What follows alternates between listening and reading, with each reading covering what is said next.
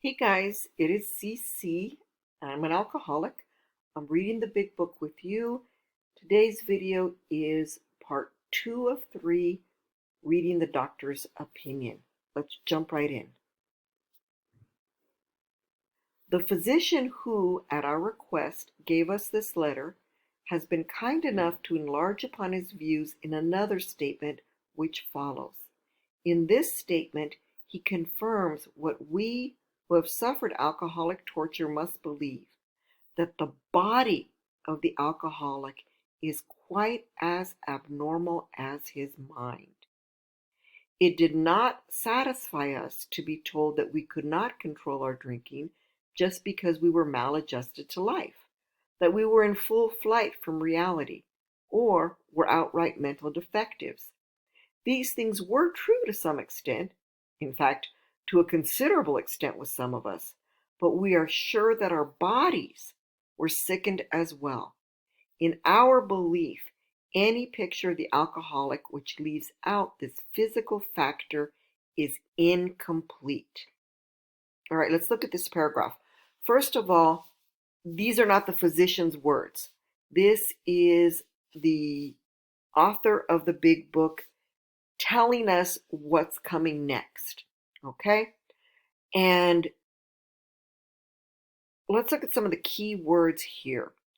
So the second statement enlarges, gives us more of what the doctor thinks about AA and the program.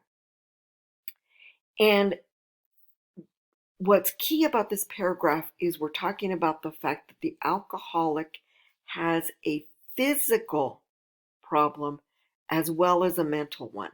It is both our body and our mind, and indeed our soul, that is sick, that is abnormal. He says it's true that we couldn't control our drinking. It's true we were maladjusted to life. It's true many of us were trying to escape reality or had some mental problems. All of those things were true, but they weren't the complete story. Okay? The founders of AA believe, and we in AA currently believe, that there's something going on with our bodies as well. And that's what the doctor's second letter is going to talk more about.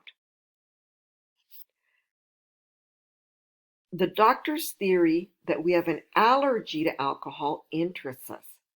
As laymen, our opinion as to its soundness may, of course, mean little.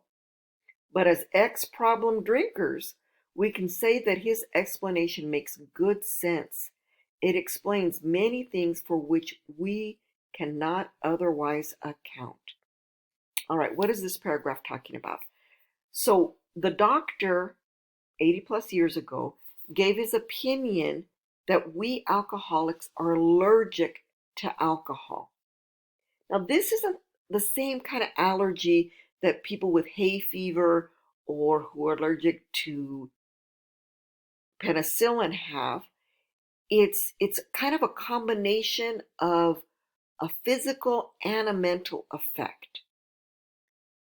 Now, what does he mean by layman? Doctors are professionals. Psychiatrists are professionals.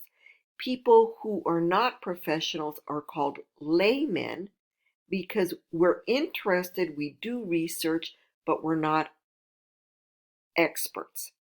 And so our opinion as to the soundness of the doctor's opinion, our opinion as to whether the opinion is accurate, really isn't important. It doesn't mean a lot. But we can say, since we're drinkers and we have found a way to stop drinking, that looking at alcohol and its effect on us as like an allergy does explain many things about our alcoholism. Next, though we work out our solutions on the spiritual as well as an altruistic plane, we favor hospitalization for the alcoholic who is very jittery or befogged. More often than not, it is imperative that a man's brain be cleared before he is approached, as he has then a better chance of understanding and accepting what we have to offer. So, what they're getting at here is, even though AA is not medical, right? We are spiritual and altruistic in the sense that we are a program of one alcoholic helping another alcoholic. Altruism is when you do something for somebody else without expecting a favor in return.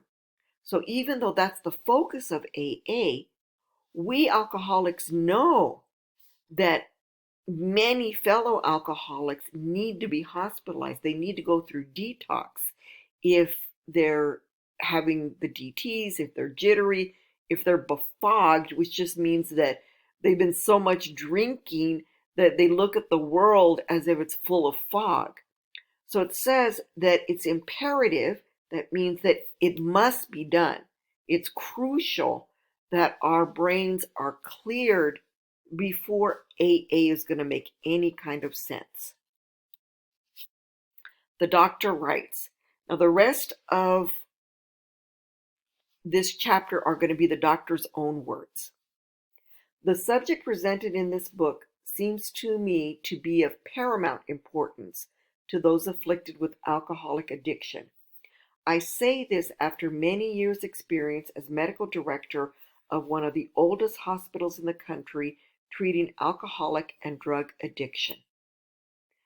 This is pretty straightforward. Paramount, as you may know, means the highest. It is the summit of the mountain. So he says the subject of this book is the most important thing for those afflicted, those suffering from alcoholism.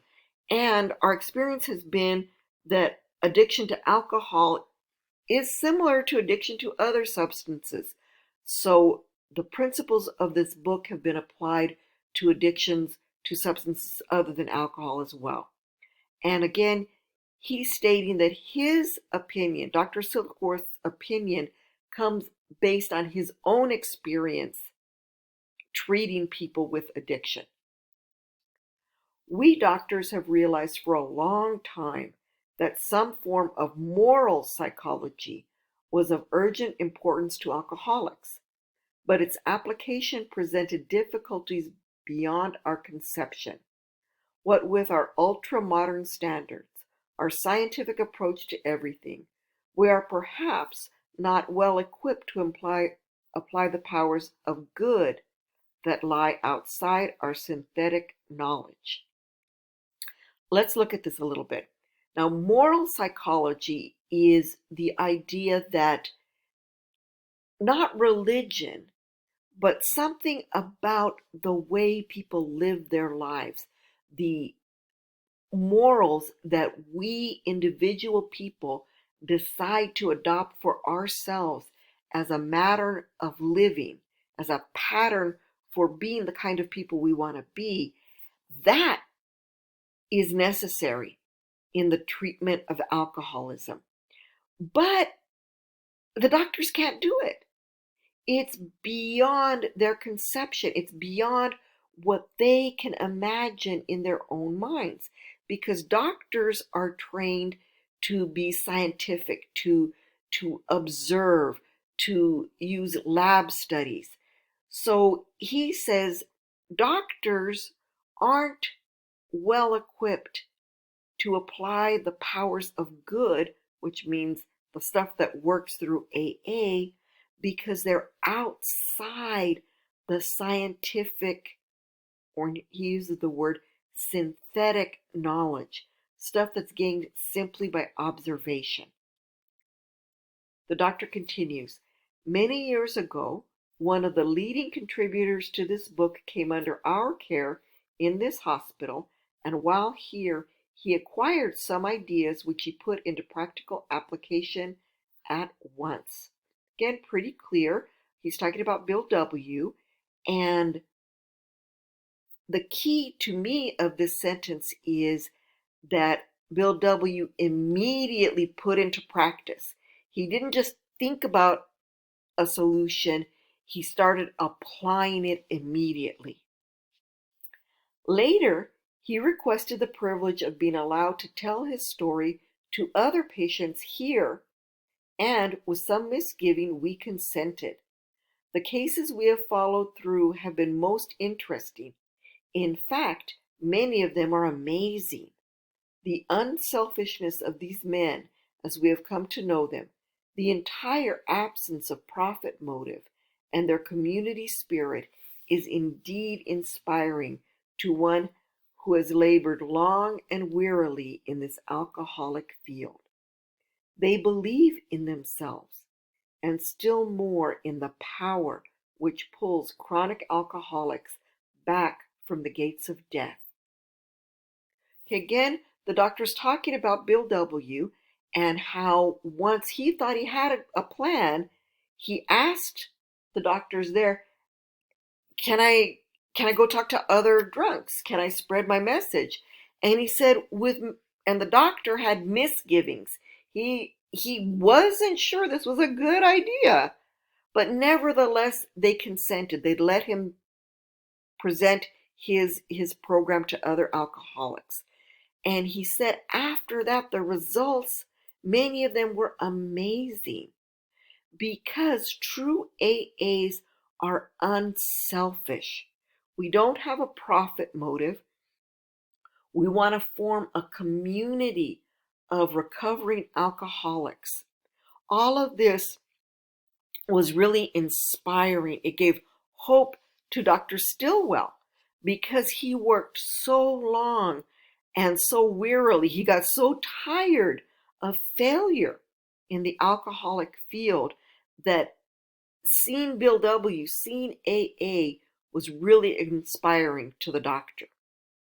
So he continues, AAs believe in themselves, but more than that, we believe in our higher power that can pull chronic, that means ongoing, without hope, chronic alcoholics back from the gates of death. And he's not being flowery with his language here. He's not exaggerating. Remember, there are only 3 ways you stop being an alcoholic. You die, you go insane, or you get better. And each of us have to make our choice. The doctor continues, of course, an alcoholic ought to be freed from his physical craving for liquor, and this often requires a definite hospital procedure before psychological measures can be of maximum benefit. And here he's repeating what the author of the book already talked about, how if somebody's in the middle of craving, if they're in the middle of withdrawal, they're going to need hospitalization. They're going to need detox before they can understand the program, before they can get the best benefit of AA. We believe, and so suggested a few years ago, that the action of alcohol on these chronic alcoholics is a manifestation of an allergy, that the phenomenon of craving is limited to this class and never occurs in the average temperate drinker. These allergic types can never safely use alcohol in any form at all.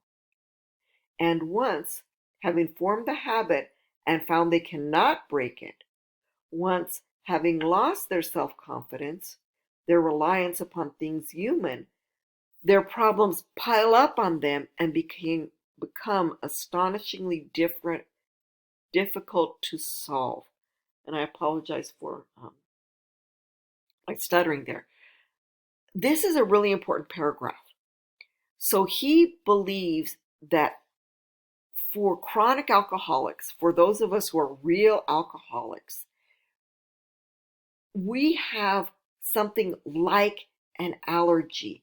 A manifestation is something like an appearance or an appearance of an allergy. The phenomenon, the fact of craving is limited to true alcoholics. Average temperate drinkers, temperate means like moderate, people who can take a drink and leave it. Like my husband, he can drink half a beer and walk away from it. He's not going to have cravings because he is not an alcoholic. He is an average temperate drinker. Now, I'm going to read the next part of the next sentence again because it's super important. These allergic types can never safely use alcohol in any form at all.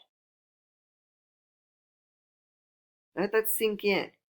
If you're an alcoholic like me, I know I can never safely use it again because I formed the habit. I have changed my body and my mind by years of drinking that I can't break the habit of being an alcoholic. Once I have lost my self-confidence, or perhaps better, once I have lost the ability to control my drinking, my problems are going to just continue to pile up. And I'm not going to be able to solve them on my own. Frothy emotional appeal seldom suffices. The message which can interest and hold these alcoholic people must have depth and weight. In nearly all cases, their ideals must be grounded in a power greater than themselves if they are to recreate their lives. All right, frothy emotional appeal. What this means is a big song and dance, or even our family members crying in all sincerity to us, or maybe somebody had us talk to a priest or a pastor, and they really try to appeal to our emotion. It's not going to be enough because we alcoholics have a kind of a twist where normal people, if their kid comes to them like my kid did, shattered because he found me drunk on the floor again, normal people would stop drinking. We don't. No, what's going to help us alcoholics is a message from another alcoholic that has depth and weight. And what it's going to come from, it says, is our ideals have to be grounded. We have to start with a power greater than ourselves in order to recreate our lives, in order to really be reborn into new and better people.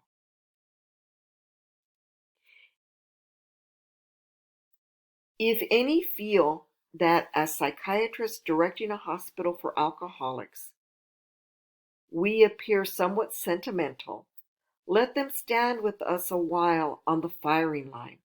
See the tragedies, the despairing wives, the little children.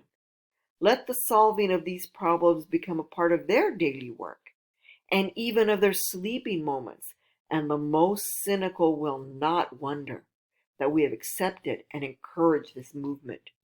We feel, after many years of experience, that we have found nothing which has contributed more to the rehabilitation of these men than the altruistic movement now growing up among them. Let's talk about this paragraph. First of all, the typos are in the original, and I'm just leaving the print as it is. So the doctor is worried that his fellow doctors are going to say, oh no, he's no longer being a doctor. He's talking about powers higher than themselves and allergies and spirituality. He says, those people don't know what they're talking about. He said, if anybody wants to criticize me, let them see the devastation of alcoholism and addiction. Let them try to be doctors in this field for a little while. And even the most cynical, even the people who are most likely to pick apart everything, even those people will understand why Dr. Silkwell and many other psychiatrists have accepted and encouraged this movement. He says nothing else in his experience works the way AA does. All right, I know this video has been a little longer than normal and I apologize. So again, this is CC. I'm signing off. Remember, if you don't take the first drink, you won't get drunk. You only have to do it for today. Take care and God bless.